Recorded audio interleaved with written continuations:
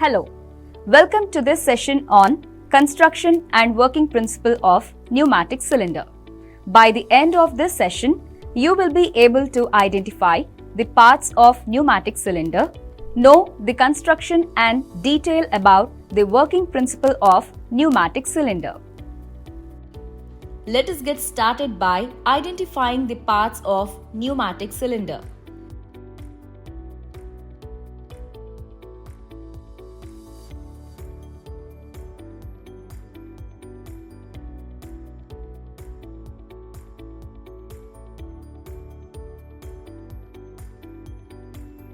It is also called as pneumatic actuator. It converts the pressure energy of compressed air into mechanical energy. Some of the main parts are piston. Helps to transfer force from expanding gas in the cylinder to the crankshaft via a piston rod or connecting rod. Piston rod drives the crankshaft. Seals helps to prevent the leakage of fluids in rotating equipment. Port allows the flow of compressed air.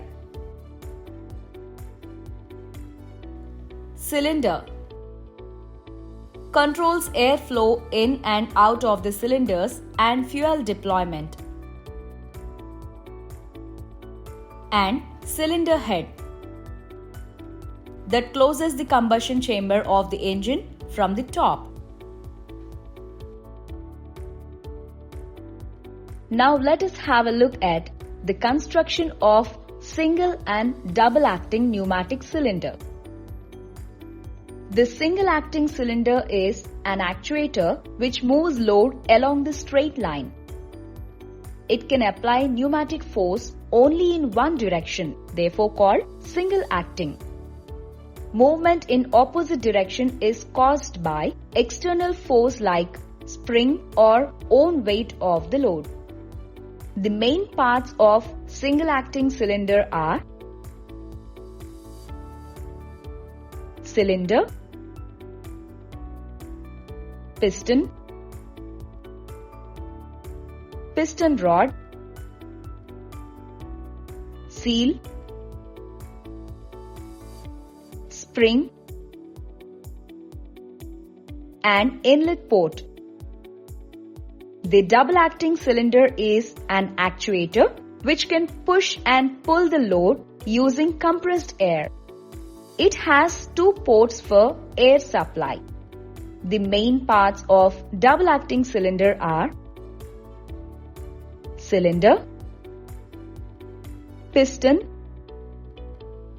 piston rod, piston seal, rod seal, piston end, rod end, inlet port, and exhaust port. Being familiar with the parts and construction, let us have a look at the working principle of single and double acting cylinder.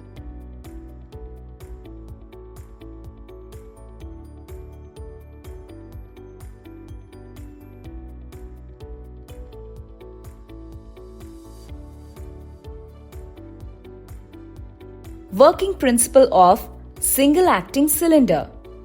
Initially, piston remains at the innermost position in the cylinder due to spring force.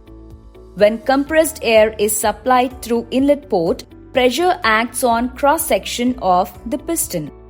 Product of pressure and piston cross-section area gives rise to a force which acts opposite to the spring force. If pneumatic force is greater than the spring force, then spring gets compressed and piston starts moving. Seal prevents air leak across the piston. Continuous flow of air causes continuous motion of piston. Load is attached to piston through piston rod. Therefore, load also moves with piston. Piston and load move till piston reaches to other end.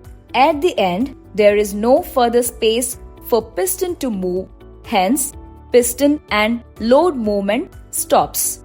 This piston movement is called forward stroke. In forward stroke, piston rod comes out of the cylinder. If pressure acting on piston is released, pneumatic force acting opposite to the spring becomes weak. Therefore, spring pushes piston back. This stroke is called return stroke. In return stroke, piston rod goes inside the cylinder.